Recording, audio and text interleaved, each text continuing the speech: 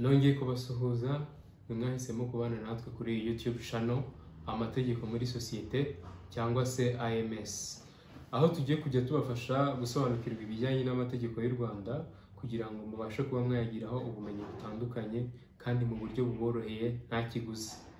Icyo usabwa kugira ngo tuzagicikwa n'ibiganiro dutanga bizajya bica kuri channel yacu AMS cyangwa se amategeko muri sosiyete ni ugukora subscribe, ugakanda no kuri iyo nzogera ya notification, then ukaba wabisharinga n'abandi bantu bifuza kuba bamenya ibyo dukora bitewe wenda n'ubufasha bakeneye.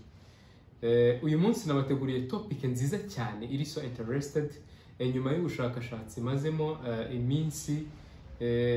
Usanga umuntu aguriza undi amafaranga ugasanga aramuhemukiye, ugasanga swat yanze kumwishyura kubera ubuhema asanzwe yigirira muri we, cyangwa se akaba yakanga kumwishyura kubera ko nta mafaranga wenda afite. Ni ibintu bibaho, hari igihe umuntu akuguriza amafaranga akaba yakanga kukwishyura kubera ko wenda nta mafaranga, hari ukundi byagenze, ariko ntabwo icyo ngicyo aba ari urwitwazo ruba rugomba kubaho.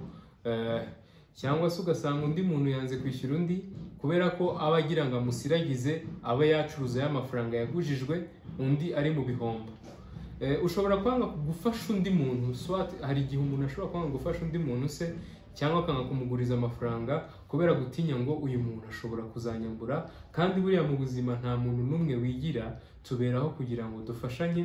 Rero ugasanga hari bamwe na bamwe babigenderamo bakaba bakinga ubufasha kubera gutinya ko bashobora kuba bakwambura.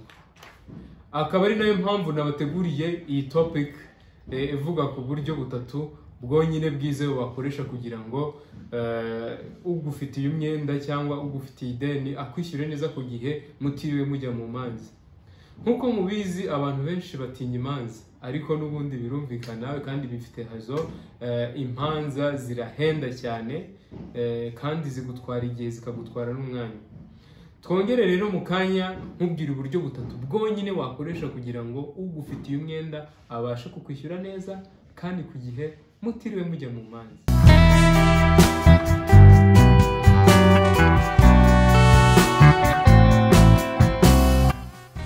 Reka noneho tuganire kuri topic yacu ivuga ku buryo butatu bwonyine wakoresha kugira ngo ugufitiye umwenda akwishyure neza kandi ku gihe mutiriwe mujya mu manza. Muri iki kiganiro ndi buze kwibanda cyane ku bantu ku giti cyabo, apana ku mashyirahamwe cyangwa amasosiyete, aho usanga umuntu avuga ngo njye nagujije kanaka amafaranga yanga kunyishyura, jya kumurega mu rukiko, urubanza rumara imyaka 3, arangije arajurira, ajya mu karengane, ugasanga umuntu yirirwa asiragira mu nkiko bitewe n'amafaranga yagujije umuntu, gutyo tu akamuhemukira, akaba yamwambura. Akaba yakanga kuguriza abantu barera amafaranga atinya ko ashobora kuba yagira kuba yakamburwa. Mbere yuko mbabwira rero ubwo buryo butatu mwakoresha, hari ibintu bibiri nshaka kugira ngo mubanze musobanukirwe. Nshaka ko mubanza kumenya gutandukanya amasezerano ya ramberi n'inyungu z'ubukerererwe. Ukibaza ngo ibyo bintu bibiri ubundi biremewe cyangwa se ibyo bintu bibiri bihuriye hehe? Icyambere, amasezerano ya ramberi. Ntekereza ko kugeza ubu buri muturarwanda wese azi neza ko ramberi itemewe. Ndumva ibyo ntari buze kubitindaho cyane, kuko ugitekereza gukora amasezerano ya ramberi ubwabyo nayo ayo masezerano mukoze abahindutse ikibazo gikomeye cyane. Rero iyo ugiranye n'umuntu amasezerano wenda yo kumuguriza amafaranga, mwirinda gushyiramo ibintu by'inyungu z'umurengera. Ibintu by'inyungu z'umurengera ntabwo aba ari byo. Urugero, urugero kambahereza urugero ku muntu ku wundi, apana ku mashyirahamwe cyangwa amasosiyete, wenda nubwo nabyo hari aho bishobora kurinkingaho, ariko uyu munsi reka twibande ku muntu ku wundi. For example, ngewe kanaka ngurije ibihumbi 500, ngurije ibihumbi 500, uzanyishyura ushizeho 50%. No, ntabwo ibyo bintu byemewe. Ngo nguhaye ibihumbi 500 uzanyungukira ibihumbi 900 mu gihe runaka. Ibyo bintu rwose nashize muri logique ntabwo byemewe. Ubucuruzi bw'amafaranga, mukoze contract imeze gutyo, nukumenya ko wahiye. Iyo yanze kukwishyura nta hantu wamurega, ntabwo bishoboka. Impamvu nuko nta muntu wemerewe gucuruza amafaranga. ibyo bifatwa nk'ubucuruzi bw'amafaranga, kandi burya gucuruza amafaranga ni business isabirwa ibyangombwa muri RDB, bakaguhereza icyangombwa kikwemerera then kikwemerera gukora ubucuruzi, then hakabaho n'ikindi cyangombwa uhabwa na banki nkuru y'u Rwanda cyangwa nka BNR kikwemerera gukora imirimo y'ibigo by'imari. Icya kabiri, reka tuvuge ku nyungu z'ubukerererwe. Inyungu z'ubukerererwe ni nk'igihe ushobora kugira n'umuntu amasezerano, urugero mukumvikana ko natinda kukwishyura mu gihe runaka mwavuganye azashyiraho inyungu z'ubukerererwe, cyane ko buriya nk'iyo umuntu mugiranye amasezerano mukavugana nk'igihe runaka azaba kwishyuriye, akavuga ngo kanaka ngo aya mafaranga uzanyishyura mu gihe runaka, icyo gihe rero kikagera ntakwishyure, usanga benshi buriya nk'iyo umuntu akugurije amafaranga, urugero mukumvikana ko uzayamuha mu mezi runaka, urugero nko mu mezi 2, waya mafaranga uzayamuha mu mezi 2, hari nk'igihe usanga uwo muntu ahita atangira kubarira amafaranga, akavuga ngo ngurije umuntu aya mafaranga mu mezi 2 cyangwa se mu gihe runaka azaba yanyishyuye, ugasanga wa muntu y'amafaranga yakugurije nawe yatangiye kuyabarira kubera ko agize ute, kubera ko ayakeneye. Rero hano ku nyungu z'ubukerererwe ntibibujijwe ko mushobora kumvikana ko natinda kukwishyura azajya ashyiraho iyo nyungu z'ubukerererwe, urugero mukavugana ngo nkugurije 500 uzayanyishyura nk'urugero bitarenze tariki 30 z'uku kwezi. Iyo zigeze rero ntakwishyure, icyo gihe nibwo ushobora kumubwira ngo niba atari buze gushobora kukwishyura ayo mafaranga buri kwezi azajya kongereraho 4% cyangwa 5%. Urumva ntabwo ari amafaranga menshi, ntabwo ari amafaranga menshi. Ushobora kuvuga ngo ni inyungu z'umurengera, urugero ushobora kuvuga ngo urampemukiye, urabona ntabwo uri kunyishyura, buri kwezi ugiye kujya unshiriraho 5% cyangwa 4%. So aya ni amafaranga make. Izo ni inyungu zo ziremewe. Izo nyungu ziremewe kuko ni inyungu zikomoka ku kuba uwo wagurije amafaranga atarigeze nyine akwishyurira ku gihe.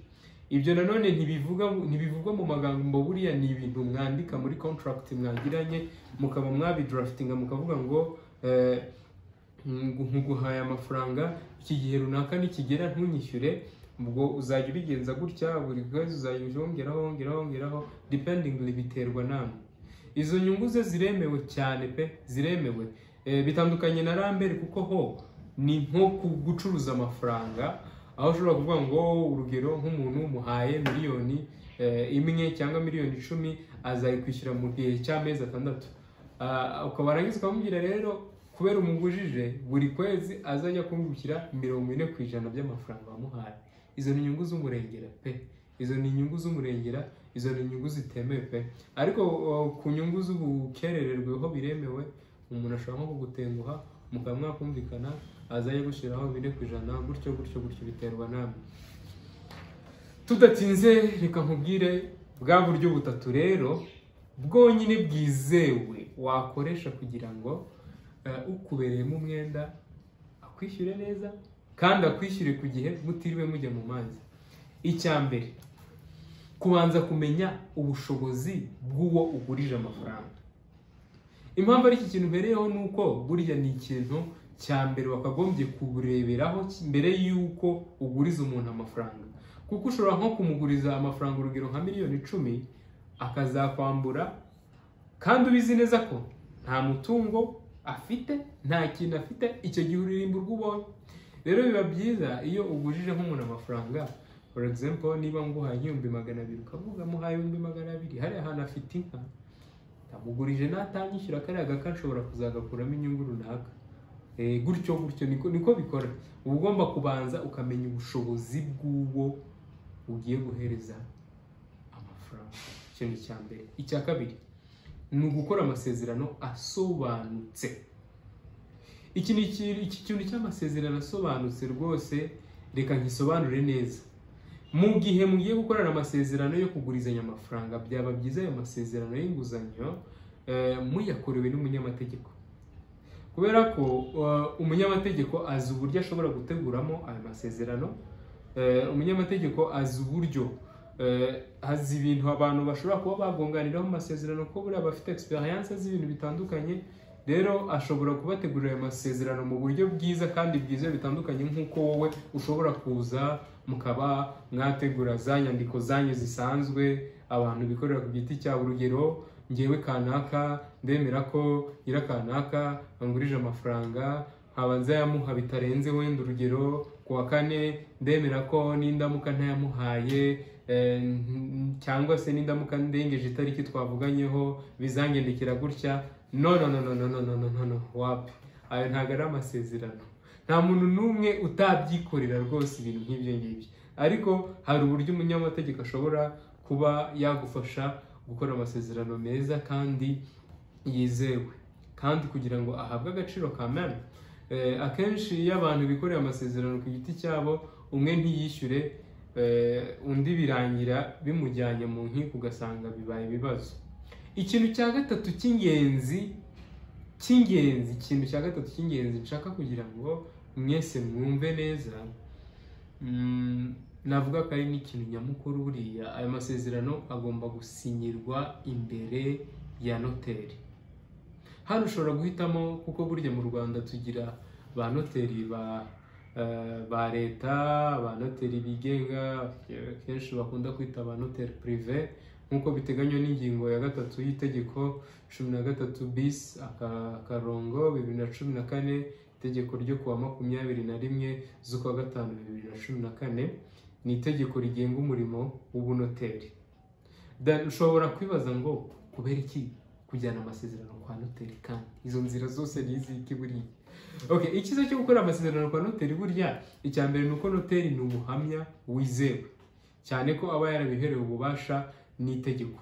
Rero amasezerano akorewe imbere yo kwa noteri, ntago umunyamategeko ashobora kugera imbere, cyangwa se ntago ndavuga ku muntu mwayakoranye, igihe mwakoreye amasezerano kwa noteri ntago ashobora kugera imbere ngo yihakane by'amasezerano mwakoranye, kuko ni amasezerano ateyeho kashe, afitwe hariho umuhamya wizewe na leta. Kuko ntabwo yagira imbere ngo avuge ngo amasezerano ngo ntago yemera, ngo ntago yigeze asinya. Bitandukanye uko mushaka ko mwayakorana, akaba yavuga ngo ayo masezerano ngo ntago yigeze yasinya, kuko muba muri kumwe nyine tu ashaka kukwigarama akavuga sinjye wasinye aho ngaho, wakora iki? Uririmbo rw'ubonye. Rero bitandukanye nk'uko mwayakorana ku giti cyanyu, isaha n'isaha nk'uko nabivuze ashobora kuba yakwigarama, ariko wabisinyiye imbere ya noteri uba ugomba gutuza, kuko ni inyandiko yashyizweho umukono na noteri, kandi ni inyandiko, burya inyandiko ya noteri ni inyandiko ihamya, nta cyayivuguruza, kuko buriya umuntu leta iba yarahaye ububasha ngo ajye yemeza inyandiko, ibyo noteri yemeje, n'uzabyereka wese ntabwo ashobora kuba yabihakana, uko byagenda kose ntabwo ashobora kuba yabihakana.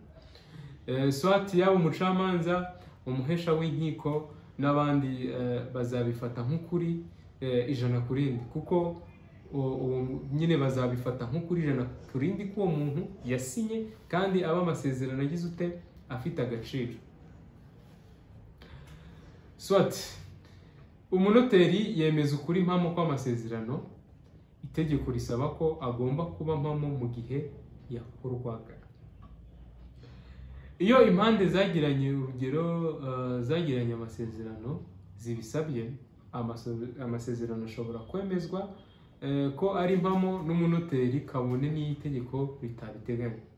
Iyo urebye ndumva ari ingingo ya 29 y'itegeko, ivuga ko mu gihe inyandiko yose yashyizweho umukono n'umunoteri yemeza umwenda uzwi ugeze igihe cyo kwishyurwa, ishobora gushyirwaho kashe mpuruza n'umwanditsi w'urukiko. Inyandiko izwi, sinzi niba muri kukumva ku kantu nako, ndavuga umwenda uzwi, sinzi icyo kiri muri amwe kucyumva. Bavuga ko umwenda uzwi ari uko ari umwenda wabaye precised, mwawupreshije.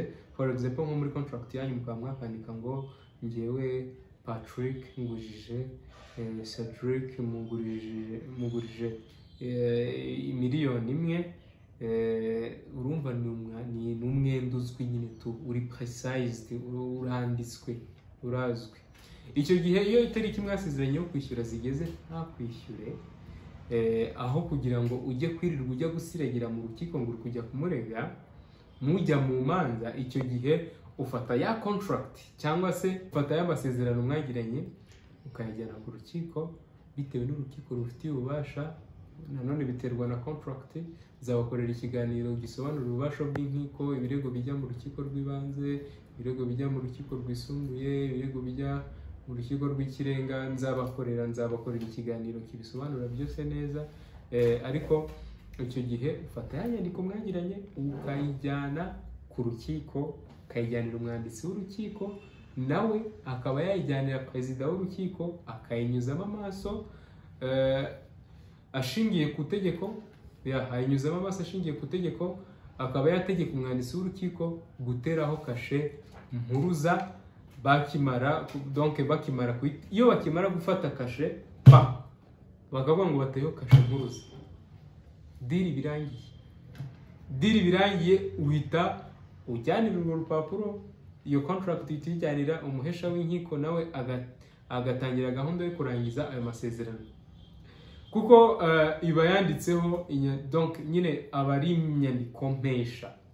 Aragenda akabwira uwagurijwe amafaranga, kubera ko wenda atishyuye, aragenda akamubwira ko agiye kumwishyuza ku gahato, nko kuba wenda yafatira nk'imitungo ye, yaba imitungo yimukanwa cyangwa imitungo itimukanwa, bitewe nyine n'umutungo ushobora kuba wavamo iyo nyishyu. Ariko mbere arabanza akamwandikira commandment, inyandiko imara amasaha 28, akabanza kumuha ibaruwa imusaba kugaragaza umutungo mu mitungo afite ushobora kuvamo iyo nyishyu yo kwishyura ayo mafaranga agufitiye. Icyo gihe umuhesha mwikaraza akaba yagurisha icyo wagaragaje, cyangwa se utakigaragaza. Icyo gihe icyo yabona cyose cyavamo inyishyu aragifata akakigurisha, then akishyura wa wundi wagiye kurega. Kandi wibuke nanone ko umuhesha w'inkiko ahembwa, wowe warezwe ni wowe ugomba kumwishyura. Ni wowe ugomba kumwishyura. Ikindi nasoza mbabwira nuko amasezerano yose atariho nyine nuko amasezerano yose atariko aterwa kashe. Amasezerano yose siko aterwa kashe. Iki kintu cyumve, amasezerano yose siko aterwa kashe mpuruza. Iyo amasezerano yanditswe nabi, akenshi hari igihe banga guteraho kashe mpuruza. Ari nayo mpamvu mbasaba kwiyambaza abanyamategeko banyu, cyangwa se kwiyambaza umunyamategeko akaba yabafasha muri icyo gikorwa, akabafasha kunononsura contract yanyu neza, ku buryo ikorwa mu buryo bwiza nanone, ndetse bikaba byanagabanya risque z'ibihombo mushobora guhura nabyo wanze kwishyura. Ese buriya wowe wakishyuye batagombye kukujyana aho hantu hose, ko bizagushyira mu bihombo? Niyo wabura ubwishyu, ushobora kwegera ukubereyemo umwenda ukamubwira ngo rwose n'aya mafaranga mbonye, wenda kigeze ukamubwira ngo udufaranga nari mbashije kubona, andi mafaranga ntabwo nari nayabona, urihangana. Wenda ukaba wanakora geste nziza, ukaba wamwishyura makeya, ukavuga ngo uhaye makeya, ukanamugaragariza uburyo andi uzayamwishyuramo kandi mu buryo bwihuse, utiriwe ujyanwa mu bintu nk'ibyo byose.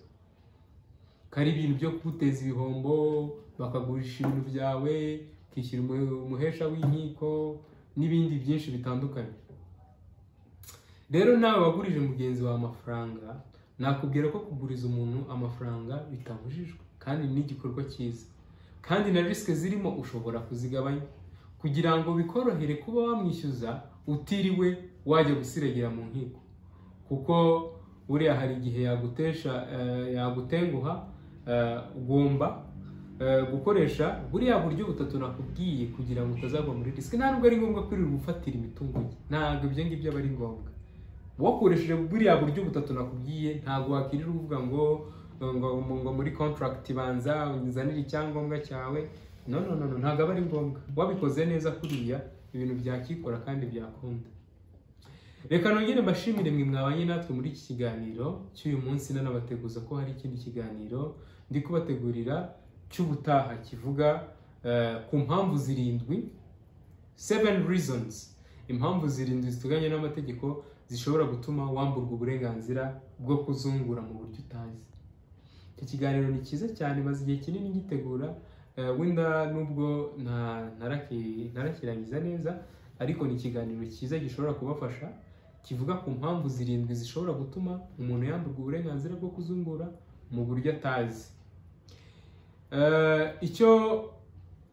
Ikindi ubaye wifuza urugero kugira inyunganizi uduha, wakwifuza kugira wenda nk'ikibazo utubaza cyangwa icyo wifuza gusobanuza, cyangwa hari ibyo wifuza kuba watubwira aho twakosoraho, watwandikira hasi muri comment zanyu tukazibona, cyangwa ukaba wakoresha iyo nimero yanjye ya WhatsApp iri aho ngaho kugira ngo mbashe kuba twavugana, wenda niba hari inyunganizi umpa cyangwa niba hari kungurana ibitekerezo, niba hari icyo wifuza gusobanukirwa, ndahari. Murakoze cyane, mugire icyumweru cyiza.